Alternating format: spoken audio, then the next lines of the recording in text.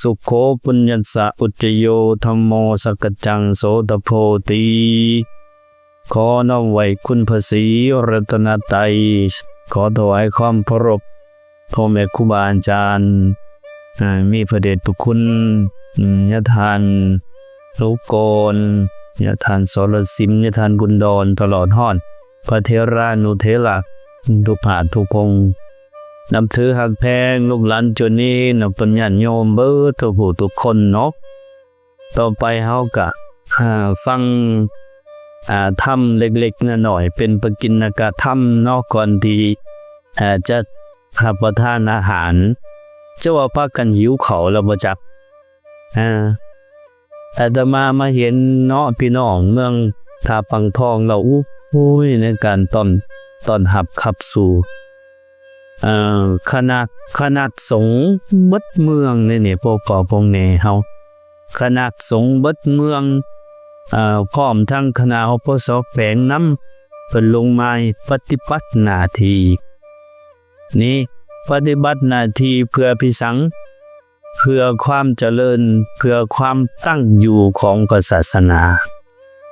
บ่พากันนุ่มมือก็ได้เด้อพวกแม่เฮาเด้อตั้งจิตตั้งใจฟังก็จะได้นำไปเป็นข้อคิดเครื่องเป็นเครื่องเตือนจิตสะกิดใจเฮาให้มีความสุขเย็นในจิตในใจอาตมาได้ปรารภไว้ตั้งแต่ต้นนี่นะสุขโขสังคัสสะสามัคคีสามัคคนังนี่ควา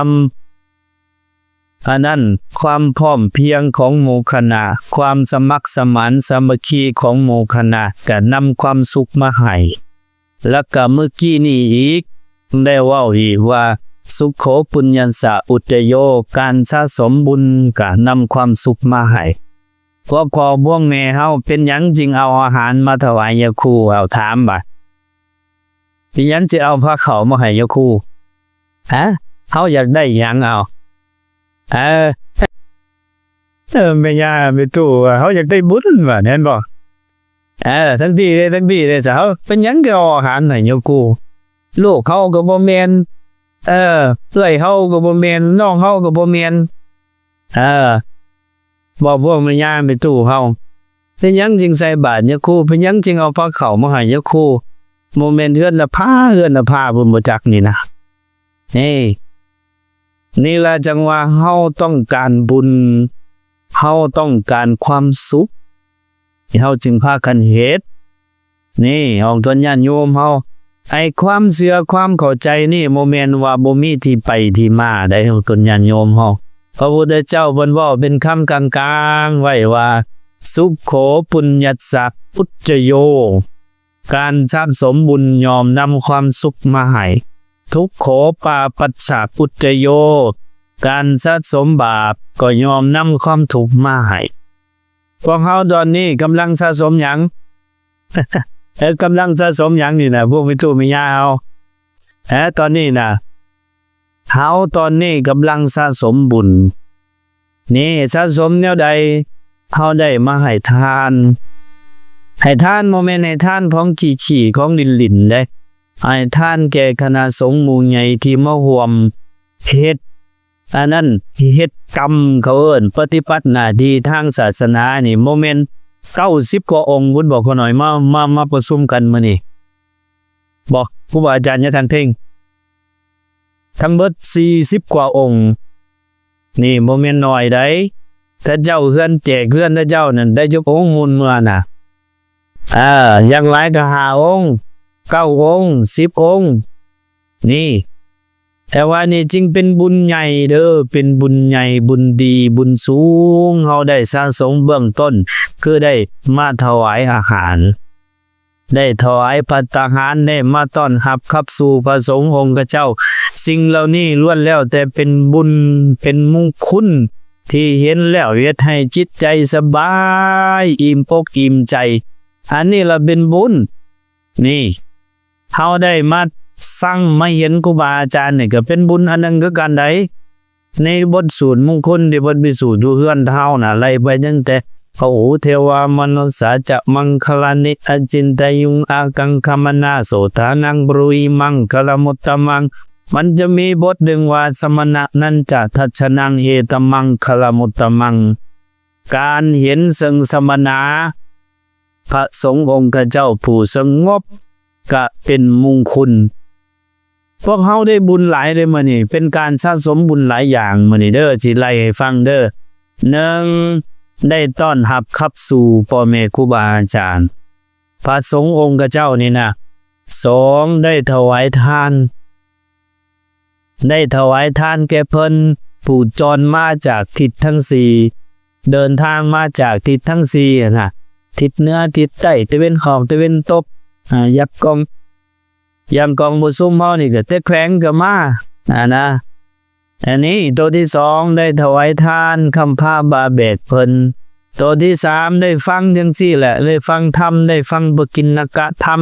ที่พ่อแม่ครูบาอาจารย์เพิ่นบอกเพิ่นเกริ่นไว้ตั้งแต่ต้นๆน่ะอย่างสามัคคีจังซี่สามัคคีกันอันใดจึงจะมีความสุข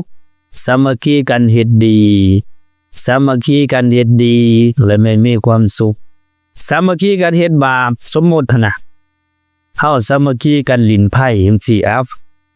เป็นตาได้บ่บุญพวกพ่อพวกแม่เฮาถามผู้หลายๆคนพวกคนตู้พวกย่าเฮาก็ได้เฮาสามัคคีกันกินเหล้าเป็นตาได้บ่บุญฮะสามัคคีกันกินเหล้ามีแต่เมาเห็นบอกว่ามิตรเมามันบ่ได้บุญเมาแล้วยังบ่ได้มันสิตีกันฟ้อสามัคคีกันสูบยามาเป็นจังได๋จังหน่อยหลอนจังหน่อยหลอนอันนั้นสามัคคีบ่ถือแต่ถ้าสามัคคีกันเฮ็ดดีนะใดสร้างคุณงามความดีแบบนี้แหละนี่เฮาเฮ็ดจริงว่าเป็นบุญอาตมาเนี่ยเห็นโอ้พี่น้องชาวเมืองท่าปังทองนี่ยังมีความสมัครสมานสามัคคีกันเนาะนี่อันนี้คือการสร้างสมตัวที่3ได้นี่เราได้ฟังธรรมได้ฟังขอคิดสกิดใจจากครูบาอาจารย์พระสงฆ์องค์เจ้านี่อันนี้ก็เป็นการสะสมบุญกุศลตัวที่3ซึ่งจะเป็นเหตุเป็นใจซึ่งจะเป็นเหตุเป็นปัจจัยนำความสุขมาหาเฮาตัวนี้ตัวที่4 ที่เฮาได้มาเฮ็ดนี้เป็นการต่ออายุพระศาสนาดำรงพระศาสนาให้ยาวนานพระพุทธเจ้าเพิ่นว่าตราบใดที่อุบาสกอุบาสิกาภิกขุก็คือยังกู้เฮานี้ยังเป็นผู้ประพฤติปฏิบัติหน้าที่ยามนั้นความกบกุมสุมเย็นก็จะดำรงอยู่ในสังคมนี่คุมื้อนี่คนน่ะสาเหตุที่มันมักมีปัญหานะเป็นหยังจึงมียามาหลายแท้คนติดยามาหลายแท้เป็นหยังจึงมีโจรมีขโมยหลายแท้ย้อนว่าพวกเฮาบ่ได้ดำรงอยู่ในพระศาสนาบ่เอาหลักธรรมคำสอนมาประพฤติปฏิบัติย่างออกตนญาติโยมเฮาก็ศีลหาจังซี่พอพากันอยู่ในศีลหานี่บ่พากันอยู่ในศีลหาจังใดบ่พากันรักษาศีลเป็นผู้มักฆ่ามักเบียดเบียนตัวนี้เป็นผู้มักลักมันจึงเฮ็ดให้มีปัญหานี่เฮามาเฮ็ดแบบนี้นี่ก็ชื่อว่าดำรงอายุของศาสนาเด้อพวกพ่อพวกแม่เฮามาคำพาบาแบกนะถ้าสมมติว่าเพิ่นมาประชุมกันแบบนี้พระสงฆ์องค์เจ้ามาประชุมกันได้หลายแบบนี้อ้อมตนญาติโยมบ่สนใจพาเข้าพาปลาก็บ่นั่นกองประชุมก็บ่เกิดเวียงงานศาสนาก็บ่ดำเนินเวียกในทางพุทธศาสนานี่หลายของตนญาติโยมโดยเฉพาะเวียกการองค์การพุทธศาสนาสัมพันธ์ลาวเวียกระวางพอออกไม่ออกก็ประสงค์องค์เจ้าเวียกระวางนายบ้านกับยาคูเวียกระวางศีลวัตรกับยาคู ตัวใดมันมีปัญหาตัวใดบ่มีปัญหาเพิ่นว่าจัดงานประชุมแบบนี้จะได้ซอยกันแก้ไข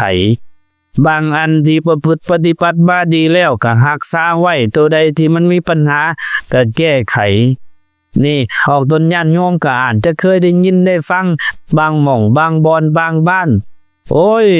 เจ้าอาวาสอยู่บ้านสมภารอยู่วัดอย่างซี่นะก็มี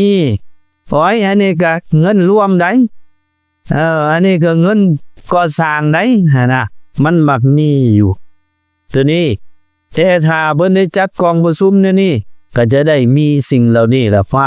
แก้ไขมาเว้ามาว่ากันก็จะเฮ็ดให้ศาสนาของเฮานี่ดำรงอยู่นี่จังว่าพวกพ่อพวกแม่มามื้อนี้นี่จึงเป็นการสะสมบุญไว้หลายเด้อสะสมบุญไว้หลายบุญในหม่องนี้ก็คือความสบายใจเด้อความสบายใจได้มาเฮ็ดได้อุปถัมภ์ประทะประสงค์ของพระเจ้าแล้วสบายใจตัวนี้ล่ะถ้าหากเข้ารักษา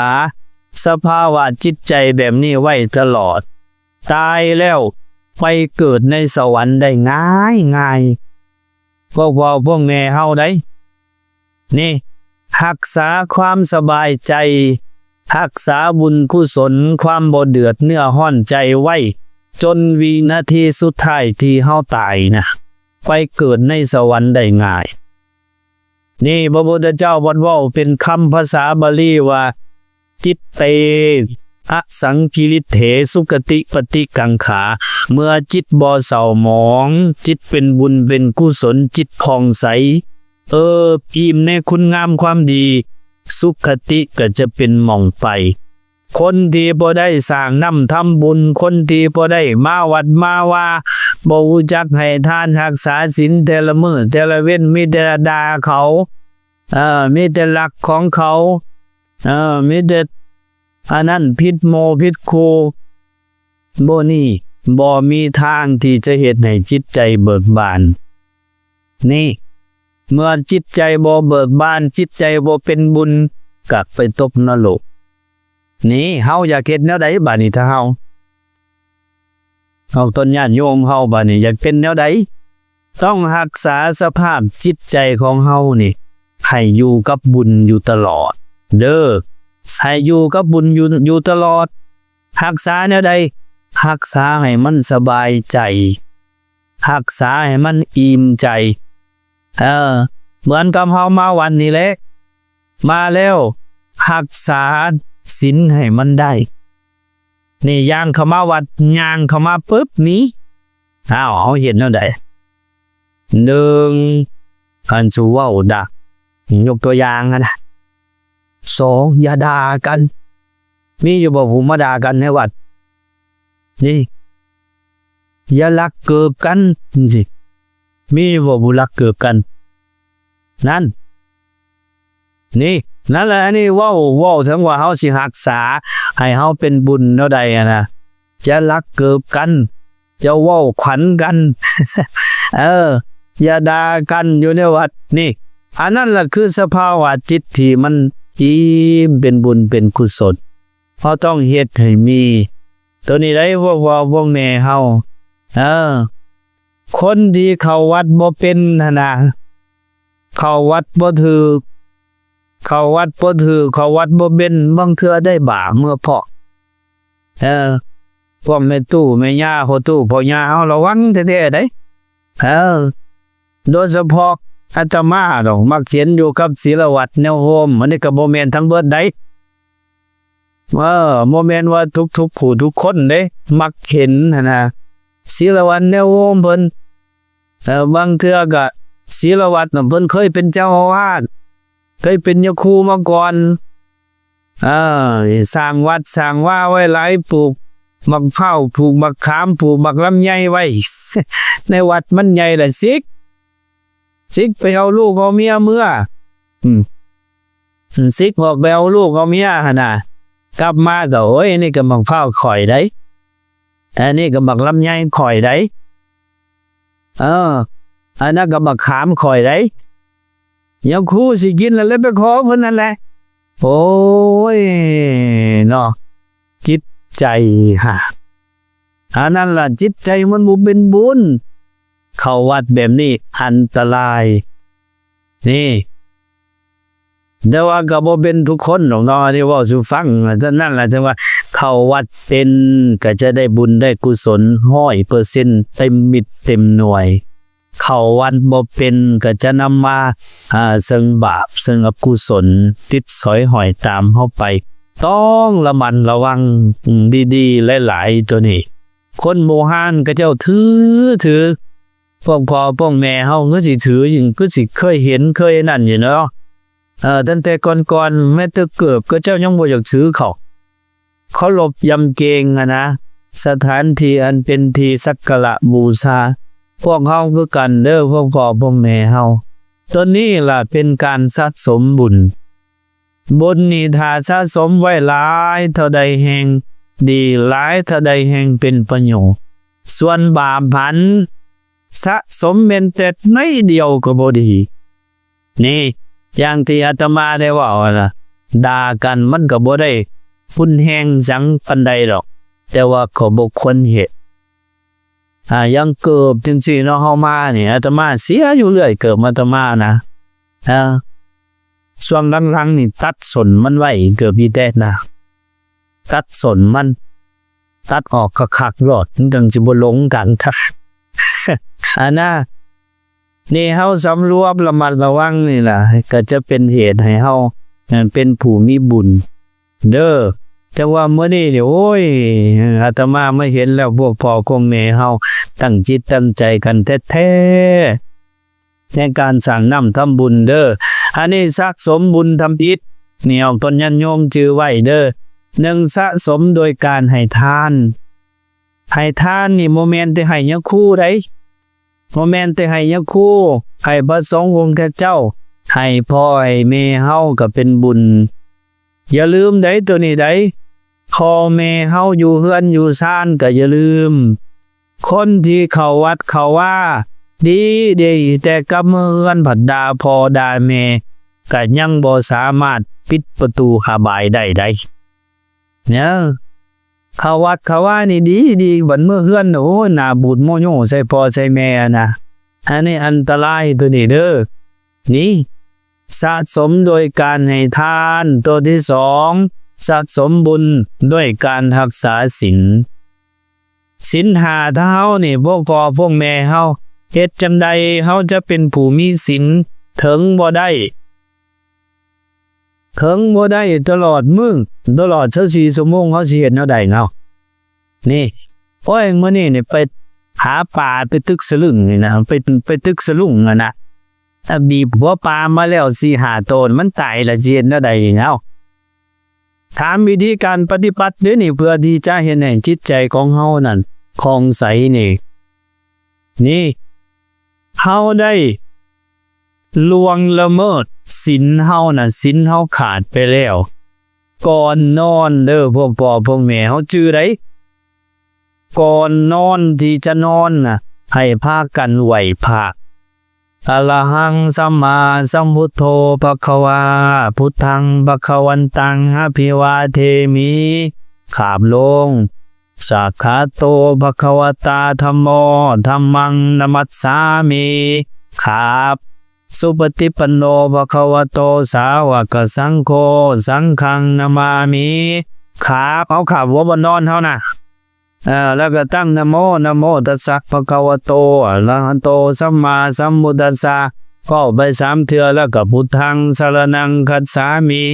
ธัมมังสรณังคัจฉามิสังฆังสรณังคัจฉามิเว้าไปทุติยมปิตติยมปิแล้วก็สมาทานศีลดื่ม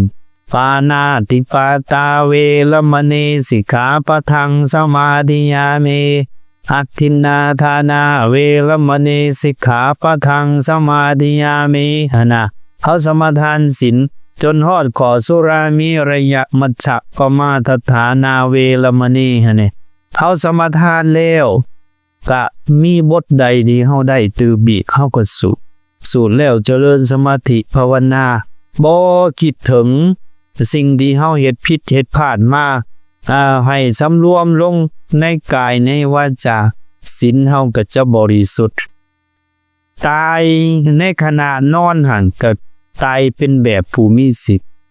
นอนหลับไปก็เป็นผู้มีศีลนี่ชีวิตคฤหัสถ์นี้ถ้ามันมีเหตุที่จะต้องเฮ็ดผิดศีลก็เฮ็ดให้ผิดหน่อยที่สุดเมื่อผิดแล้วก็ให้รู้จักสมทานคืนนี่ให้สมทานคืนตอนใดตอนที่เฮาว่างก็คือตอนเฮาใกล้นอนเฮาจักเป็นผู้มีศีลแน่บ่แม่นว่าเอามื้อนี้ก็โอ้ยขาดสัตว์ตัดชีวิตด่ากันหรือก็ถึงด่าลูกด่าเต้าให้นั่นให้นี่มาแล้วบาดสินอนก็นอนไปเลยอันนี้ก็จะกลายเป็นผู้บ่มีสิทธิ์ตลอด24ชั่วโมงเลยนี่ต้องรู้จักแม่พวกพ่อพวกแม่เฮาที่จะเฮ็ดให้จิตใจเฮามีความปกคุมสุมเย็นรู้จักไหวพาสวดมนต์สมาทานศีลสำรวมเบิ่งศีลของตนก่อนนอนมีผู้เฮ็ดอยู่บ่แบบอาตมาว่าเนี่ยมีอยู่บ่ท่านพี่ก่อนนอนได้สมาทานศีลคืนอยู่บ่ น่ะเห็นบ่นั่นแล้วมันจึงฝันหายฉะนั้นฝันผีอำฉะนั้นฝันงัวซนฝันควายไล่